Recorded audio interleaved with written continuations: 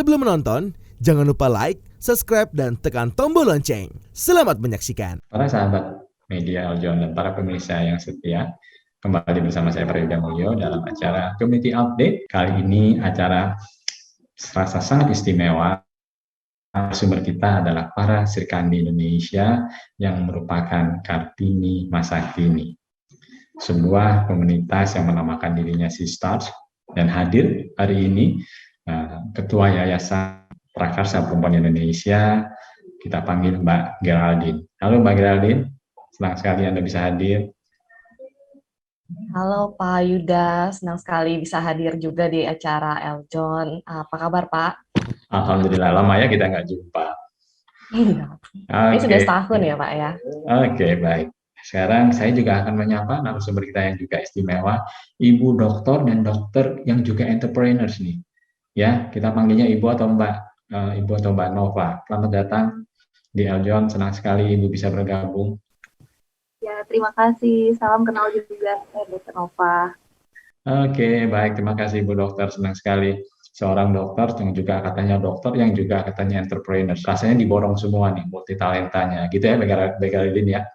Semua diborong nih katanya dengan Ibu Nova. Nggak apa-apa. Nah, nanti the last but not least dengan Ibu Nikmatun. Halo Ibu, senang sekali wakil dari Srikandi UMKM nih datanya ya. Nanti kita akan bicara. Selamat pagi. Selamat pagi, Bu Nikmatun. Pak. Aduh, senang sekali pagi. nih. Ini semangat UMKM nih yang perlu kita bina ya. Baiklah, para pemirsa Eljon, senang sekali hari ini saya dilingkungi oleh Srikandi yang cantik jelita, para perempuan Indonesia yang sangat menginspirasi. Pertama-tama boleh saya sapa dulu Yayasan Prakarsa Perempuan Indonesia, Ibu Geraldine. Halo Ibu Geraldine. Halo Pak Yuda. Aduh, lama nggak jumpa ya. Ternyata tidak merubah wajah Ibu yang cantik jelita tambah cantik hari ini ya. Baik Ibu Geraldine, acara kita hari ini adalah dalam rangka menyambut hari Ibu kita Kartini yang selalu diperingati 21 April ya. Nah, menarik sekali memang acara ini karena kita ingin memberikan apresiasi kepada wanita Indonesia yang memberi inspirasi kepada Kartini masa kini. Nama yayasannya Prakarsa Perempuan Indonesia, tapi memiliki sebuah trademark yaitu Sistars. Ya, saya dulu salah baca, saya baca Sistar, tapi ternyata Sistars. Mungkin ada maksud tertentu ya, kalau kata orang kan nama dengan doa gitu ya. Kira-kira apa maksud dengan stars di sini? Gimana Mbak? Sedikit aja, 2 menit gitu, Mbak Geraldine cerita apa kata-kata stars ini sendiri. Baik Pak Yuda, terima kasih atas pertanyaannya. Ini menarik sih memang untuk penamaan, karena salah satu visinya kami juga di Yayasan Prakarsa Perempuan Indonesia, bahkan di nama yayasannya kami pakai nama Prakarsa. Kita mau mendorong perempuan itu untuk bisa memulai, untuk bisa start dan tidak ragu untuk mengembangkan dirinya, mengembangkan kapasitasnya. Karena fenomena yang kami temukan di perempuan-perempuan Indonesia, mungkin kita nggak banyak temukan di kota-kota besar, tapi daerah-daerah dari kota-kota yang lebih kecil, ada sedikit rasa kurang percaya diri untuk memulai sesuatu, untuk mewujudkan idenya, untuk mewujudkan impinya. Jadi kita mau membuat suatu ekosistem dan juga komunitas yang bisa membuat perempuan nyaman untuk memulai sesuatu, untuk start something, to start their dream, walaupun melalui langkah kecil. Jadi start dan juga prakarsa atau mulai di sini mau mendorong perempuan untuk berani mulai melangkah mewujudkan impiannya. Begitu Pak Yuda. Oke, jadi mendorong wanita Indonesia untuk berani melangkah ya. Karena langkah pertama akan menjadi langkah penentu dari 1000 km yang kita harus lalui. Gitu ya, kira-kira lebih gitu ya, ya. Menarik sekali ya.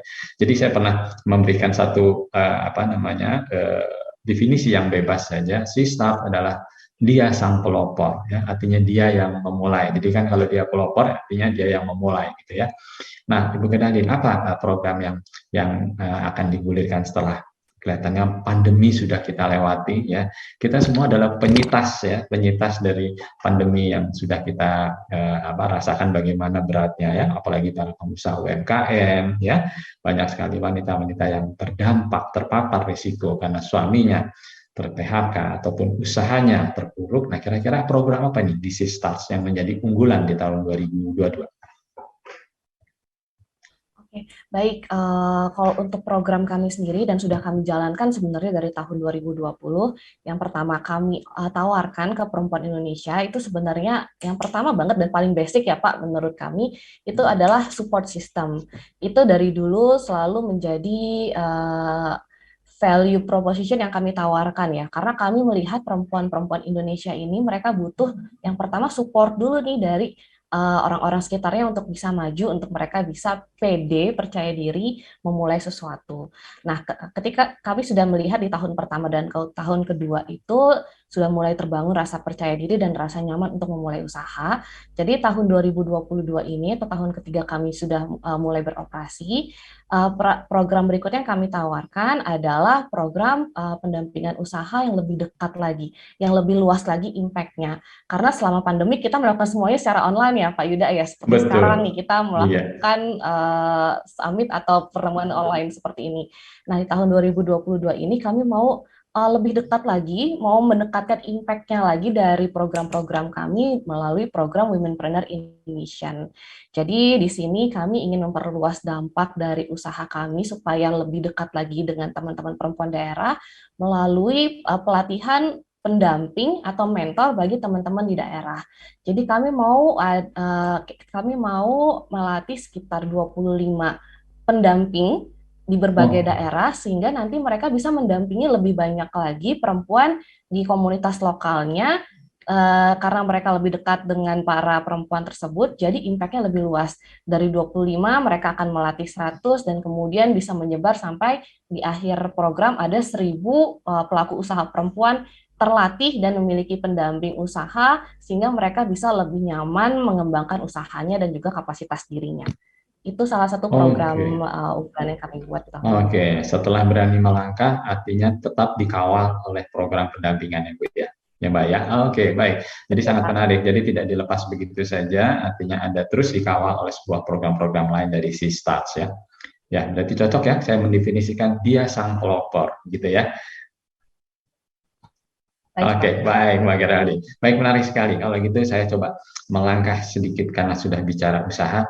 Boleh nih saya bertanya dulu dengan Ibu Nikmatun dulu deh ya, Bu Nikmatun. Karena nih UMKM yang cukup dekat dengan kecintaan pada lingkungan. Ya, mungkin di situ syarat dengan nilai-nilai 3R, reuse, recycle, and reduce ya. Nah, dalam hal ini kelihatannya produk hidennya adalah plastik. Halo Mbak Nikmatun, boleh kita ngobrol-ngobrol, boleh cerita sedikit ya? Boleh Bapak. Oke, ini ceritanya gimana nih bisa sampai terjerembabnya plastik gitu ya? Karena plastik, oke. Ya, gimana ceritanya? Sebenarnya kami berangkat melalui keresahan yang kita lihat sebenarnya penggunaan plastik itu masif Bapak, nggak cuma kita sesimpel minum air atau misalnya dimanapun kita berada kita bisa menemukan sampah plastik gitu ya. Saya pernah tinggal di Bali 2 tahun dan di situ cukup masif bagaimana mereka memerangi plastik gitu ya di Bali, dan saya melihat gerakan positif seperti ini harusnya tidak selesai di Bali aja tapi mungkin bisa bergerak ke daerah lain. Nah, selesai saya studi di sana, kemudian saya bertemu dengan banyak partner gitu ya, salah satunya mungkin partner kita dalam menginovasi suatu proses daur ulang plastik sehingga bisa kami kembangkan lagi produknya menjadi produk yang sedang kami kembangkan, yaitu upcycle namanya. Dan situ saya dan tim tentu saja ingin berusaha bagaimana caranya meningkatkan awareness masyarakat bahwa plastik ini jangan sampai hanya dibuang dan mengotori bumi kita gitu ya, tetapi coba kita buat lagi hal lain yang bisa meminimalisir impact jelek dari sampah plastik yang sudah ada saat ini gitu. Dan itu adalah concern kita sebenarnya. Jadi kita tidak hanya concern di masalah lingkungan, tapi kita juga concern di masalah pemberdayaan perempuan, karena kita juga bekerja sama dengan komunitas Sistar di sini. Salah satu membernya itu kebetulan membuka usaha konveksi, Bapak. Jadi kita melihat, ketika pandemi kemarin banyak usaha yang melambat bahkan berhenti gitu ya Bapak. Iya. Tapi dengan ide ini kami berusaha untuk mensupport ibu-ibu yang bekerja di sana. Kita bisa bareng-bareng di sini dengan inovasi yang baru, dengan ide produk yang baru, dan disitulah Upcycle muncul. Dan alhamdulillah sampai sejauh ini progresif gitu Pak. Mungkin belum yang sampai gitu ya, belum. Cuma kita berusaha untuk steady, kita berprogres pelan-pelan, dan alhamdulillah kami besok terpilih menjadi salah satu UMKM yang berhasil lolos kurasi dari Kemenparekraf RI. Seperti itu. Oke, baik. Artinya ini menjadi usaha industri rumah tangga ya untuk mengolah bahan-bahan plastik. Tapi tentunya bahan plastiknya Mbak Nikmati dapat dari mana nih? Dapat dari partner juga atau mengambil langsung dari limbah plastik diproses atau sudah mendapatkan barang setengah jadi? Oke, kalau dari bahan bakunya sendiri, kita bekerja sama dengan partner kita, salah satu startup itu Pak, namanya Plastik P. Jadi kita memperoleh bahan yang sudah jadi gitu ya, sudah diproses. Tetapi ke depannya kita berharap kita juga membuka partnership dengan berbagai pihak lain, sehingga bahan daur ulang plastik ini nggak hanya bentuknya seperti yang sudah ada sekarang, tapi mungkin bisa menjadi serat-serat yang lebih bisa dimodifikasi, mungkin bisa menjadi kain, seperti itu Pak. Jadi kita pinginnya produk Upcycle ini sekarang untuk saat ini masih kria ya Bapak, tapi mungkin kita ingin dia itu berkembang misalnya jadi ke arah fashion juga, jadi bisa dibuat pakaian, fashion, dan lain sebagainya gitu. Oke, berarti artinya mengharapkan ada perusahaan lain yang bisa menyiapkan bahan baku yang lebih lebih bisa digunakan secara universal untuk berbagai macam kebutuhan. Ya, betul, oke. Bapak. Betul. Salah satu contohnya apa nih, Mbak? Boleh dikasih lihat di kamera mungkin kalau ada? Oh iya, boleh. Nanti ini bisa salah satu ini adalah hasil kolaborasi kami dengan salah satu kain wastra Indonesia, dan juga member dari Sistar juga. Jadi namanya Tinung Rambu. Jadi ini adalah bahan yang kita dapat dari partner kami, Plastik P. Kemudian ini kita masukkan kain dari Tinung Rambunya. Nah, dari kami ini kita fokusnya adalah di desain, pengembangan desain, dan juga bagaimana caranya kita membuka market-market baru, sehingga kami fokusnya di situ. Jadi semuanya Upcycle ini nggak akan bisa berjalan tanpa adanya kolaborasi antar partner yang kita jalin dengan baik, dengan asas yang kepercayaan dan lain sebagainya, seperti itu. Oke, baik. Berarti kata kuncinya kolaborasi dan sinergitas. Betul, ya. Wow, menarik sekali, Bu Mati. Baik, terima kasih. Baiklah, kita akan coba beralih ke seorang dokter juga, entrepreneur juga. Kelihatannya multi talenta, semua diborong nih kelihatannya. Tapi kita boleh ngobrol-ngobrol dulu. Halo, Ibu Nova. Selamat pagi. Baik, Ibu Nova, senang sekali Ibu bisa hadir dalam acara memperingati Hari Kartini tanggal 21 April, Ibu sebagai Sri Kandi Kartini masa kini. Wah, menarik sekali ya. Artinya Ibu seorang sarjana, tapi juga sarjana. Ini dokter umum atau apa nih kalau boleh tahu? Kebetulan saya dokter spesialis bedah plastik. Oke, berarti hampir mirip dengan kerjanya Bu Nikmatun ya, plastik juga, tapi ini ke manusia gitu ya. Jadi kamu kayak ini kayak deket banget nih, satu limbah plastik, kalau ini bedah plastik ya. Oke, baik, Bu. Tapi saya lihat, saya intip-intip ternyata Ibu juga punya satu kegiatan, yaitu melakukan pendidikan di bidang kesehatan skincare, Ibu ya. Ya, benar. Nah, gimana kaitannya antara operasi plastik dengan skincare? Apakah tidak bertentangan? Katanya orang kalau begitu udah nyerah, udah deh operasi plastik aja deh daripada repot-repot skincare, perlu waktu gitu ya. Kan orang kepengennya instan nih ya, sekali tag langsung cantik. Kalau ke skincare kan perlu waktu. Nah, gimana ceritanya nih Bu Dokter?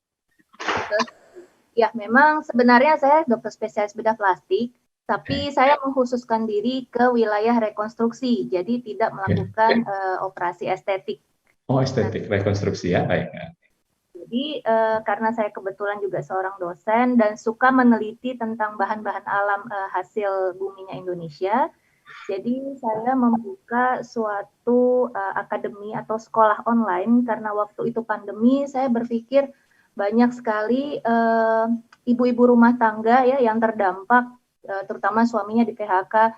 Jadi saya berpikir gimana caranya ya bisa memberdayakan mereka walau hanya dari rumah saja. Makanya saya share semua ilmu yang saya tahu tentang bahan-bahan alami dan khasiatnya terhadap kesehatan kulit kita itu dalam bentuk Neova Online Academy ya. Jadi Neova itu adalah singkatan dari Natural Essential Oil for Aromatherapy. Nah, di situ share ilmu formulasi, jadi bagaimana caranya walaupun kita orang awam, ibu rumah tangga tanpa basic ilmu apapun, itu bisa meracik sendiri dengan menggunakan bahan alam di Indonesia ya, bisa meracik sendiri, membuat suatu produk-produk perawatan diri untuk digunakan sendiri. Karena seperti yang kita tahu Indonesia ini kan negara tropis ya, kaya sekali bahan alam. 75% varietas seluruh tumbuhan yang ada di dunia itu ada di Indonesia. Jadi kalau bukan kita yang memanfaatkan, ya siapa lagi gitu ya. Kan sayang kalau diekspor terus. Jadi saya memberdayakan wanita-wanita yang ada di Indonesia, walaupun hanya dengan di rumah saja, itu bisa menggunakan bahan-bahan alami dari Indonesia untuk kesehatan kulit wajah mereka. Seperti itu, Pak. Oke, jadi artinya ini bagaimana memanfaatkan sumber daya alam kita yang begitu berlimpah, yang katakan 75% flora fauna ya, fauna di ini merupakan bagian dari apa namanya tumbuhan di dunia. Nah, kira-kira kalau kita lihat orang yang rajin meracik, mungkin orang yang di desa, orang yang di kota lebih senang membeli. Nah, gimana kira-kira strategi di desa untuk produsen, lalu membiarkan orang di kota jadi konsumen, gimana ceritanya? Jadi di akademi saya itu berusaha juga memberdayakan UMKM, terutama petani di daerah lokal untuk menciptakan pasar bagi mereka. Jadi kita itu kayak di tengah-tengah ya. Jadi petani-petani lokal itu kalau ada peserta workshop yang ingin membuat, kita menyalurkan hasil tani dari mereka sebagai bahan baku untuk para peserta workshop membuat sendiri. Nah, jadi di sini sebagai distributornya. Oke, jadi peserta tidak susah-susah mencari bahan baku yang dibutuhkan untuk satu produk yang bisa mereka kerjakan di rumah, Ibu ya. Benar sekali. Oke. Kita membantu supaya nilai jualnya, harga jualnya sesuai dan membantu ekonomi mereka. Dan dari peserta workshop kita juga membantu supaya mempermudah mereka mendapatkan bahan baku yang berkualitas langsung dari petaninya. Seperti itu. Oke. Nah, kalau boleh tahu, Nova Academy ini pada umumnya atau kebanyakan pesertanya dari mana? Dari kota besar atau tadi yang seperti katakan, dari sumber-sumber bahan baku, mana yang lebih banyak? Orang-orang di perkotaan atau orang di pedesaan? Ternyata lebih banyak orang-orang di daerah kota besar. Mereka tertarik untuk belajar meracik sendiri, terutama dan Sumatera. Oke, jadi artinya banyak sekali juga orang-orang di perkotaan yang coba menghasilkan untuk pemakaian sendiri atau dia punya cita-cita untuk menjadi pengusaha skincare? Kebanyakan. Kita ada dua kelompok. Ada yang memang untuk dipakai sendiri karena saya kan bahan-bahan natural itu insya Allah lebih aman, bebas dari zat kimia sintetik dan aman dalam penggunaan jangka panjang. Tetapi ada juga yang memang pengen bikin usaha skincare sendiri dengan brand merek sendiri. Nah, di sini berusaha juga untuk memfasilitasi mereka supaya bisa menjadi natural skincarepreneur seperti itu. Oke, artinya jadi dari industri rumah tangga menuju ke satu industri yang mungkin bisa lebih meningkat lebih dari industri rumah tangga ya. Jadi nanti ada BPOM-nya ya, registernya. Baik, Bu Nova, menarik sekali. Jadi artinya ilmu Ibu tidak berhenti untuk lingkungan rumah sakit, tetapi juga sekarang sudah masuk kepada lingkungan besar pertanian yang menghasilkan sumber-sumber daya alam yang bisa untuk skincare. Baik, Ibu Nova, saya akan kembali ke Ibu Geraldine. Bu Geraldine, saya mau nanya nih, Bu Geraldine. Kayaknya anggota Ibu sudah begitu banyak ya di seantero Nusantara, dari Sabang sampai Merauke mungkin. Nah, kalau boleh tahu sedikit, kira-kira sekarang anggotanya sudah berapa Ibu ya, yang ikut aktif di Sistar, dia sang pelopor atau dia sang apa istilah kerennya? Silakan Bu Geraldine. Oke, kalau untuk exact number-nya Pak Yuda, mohon maaf saya nggak ingat, tapi Oke. sekitar Saking banyaknya Bu ya. dibilang banyak enggak juga, tapi kita Oke. punya sekitar 700 member saat ini. Oke. Dan itu benar kata Pak Yuda, tersebar dari Sabang sampai Merauke, bahkan tadi ada yang sampai ke Makassar, dan kita melihat oh ternyata di berbagai daerah di Indonesia yang namanya usaha oleh perempuan itu mulai berkembang, dan perempuan mulai sadar bahwa melalui kegiatan kewirausahaan ini mereka mampu berdaya. Dan mereka nggak banyak orang menganggap gini ya Pak Yuda, kalau perempuan merintis usaha paling itu sampingan, itu hanya usaha-usaha santai.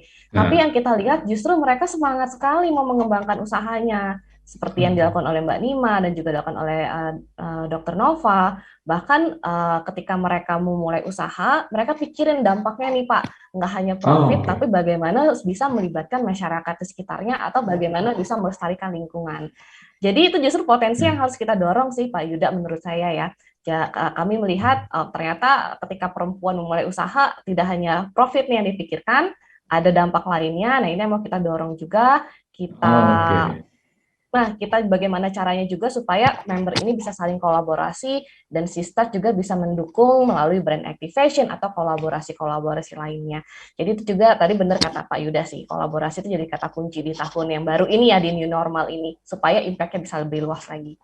Oke, wah menarik sekali ya. Artinya memang kegiatan Sistar ini sudah mulai dirasakan ya oleh anggotanya, karena bisa menghubungkan mungkin antara sentra produksi dengan kebutuhan-kebutuhan yang ada di pasar ya. Baik Bu, jadi artinya Sistar mulai masuk ke dalam pendampingan. Jadi saya lihat juga sudah banyak sekali anggotanya yang bisa berkolaborasi ya, mungkin dari perusahaan yang besar menghasilkan bahan baku lalu digunakan oleh para UMKM untuk satu produk jadi. Baiklah para pemirsa Eljon, kelihatannya di segmen ini akan dalam waktu dekat kita sudahi dulu karena ada yang komersial yang akan lewat, tapi intinya para Sri Kandi Indonesia, Kartini masa kini menjadi sebuah inspirasi ya bagi generasi muda, karena ada orang yang mengatakan generasi sekarang generasi milenial, tapi ada juga yang mengatakan generasi sekarang generasi santenial. Nah, mana yang lebih tepat nanti kita bahas di segmen kedua, apakah wanita Indonesia menjadi generasi milenial atau lebih banyak menjadi generasi yang santenial, karena semua ada di genggaman kita. Jadi istilah mereka mager nih, mars gerak, semua juga atau sudah bisa dikerjakan dari genggaman tangan.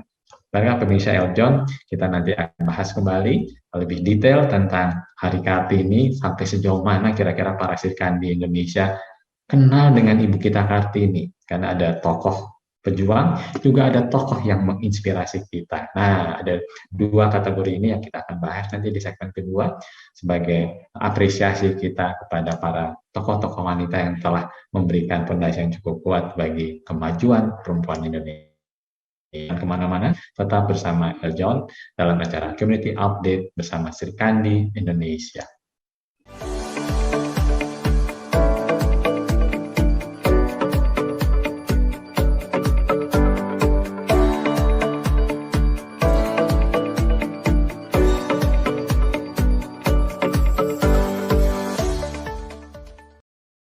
So, saya Mawar Salem, pamit undur diri. Ada kamera nih. So, gimana nih kalian? Pasti udah pada nonton semua kan? Karena kalian udah nonton, berarti kalian harus like and subscribe ya. See you!